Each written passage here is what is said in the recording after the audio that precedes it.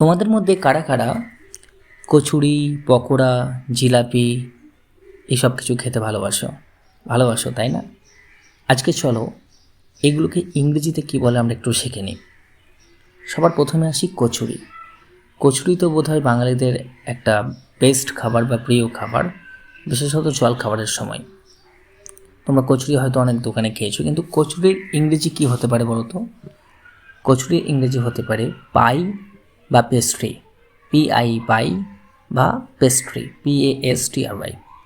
কিন্তু খাস্তা কচুরি তোমরা ওই একটা ইয়েতে তো খুব ভাইরাল দেখেছো, ভিডিও দেখেছো, ছাঙ্গানি এলাকার খাস্তা কচুরি বিক্রি হয়, যার পরিবেশটা খুবই জঘন্য কিন্তু বিক্রি হয় অনেক বেশি ভাইরাল।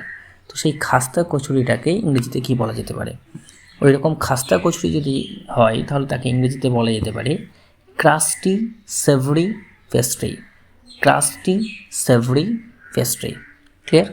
তাহলে শুধু কচুরি হচ্ছে পাই বা পেস্ট্রি, আর খাস্তা কচুরি হচ্ছে ক্রাস্টি সেভরি পেস্ট্রি।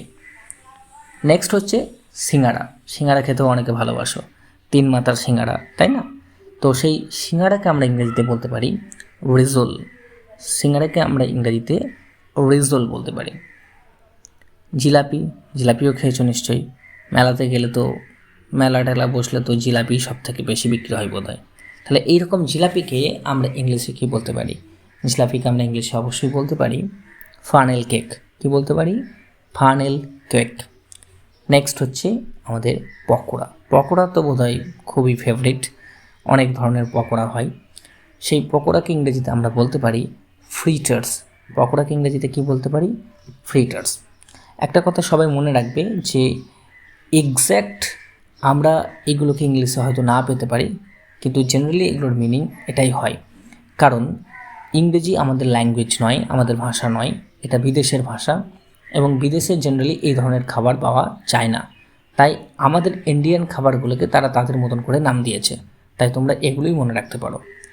তোমাদের এখানের মধ্যে কোন খাবারটা সবথেকে ভালো লাগে খেতে, বা কোনগুলো তোমার ভালো লাগে, এগুলো অবশ্যই কমেন্টে লিখে জানাও, এবং এর ইংরেজি নামগুলো লিখে জানাবে। তাহলে তোমাদের একবার রিভিশন হয়ে যাবে। ভালো থেকো তোমরা সবাই, দেখা হবে পরের কোনো এক ভিডিওতে। Bye bye.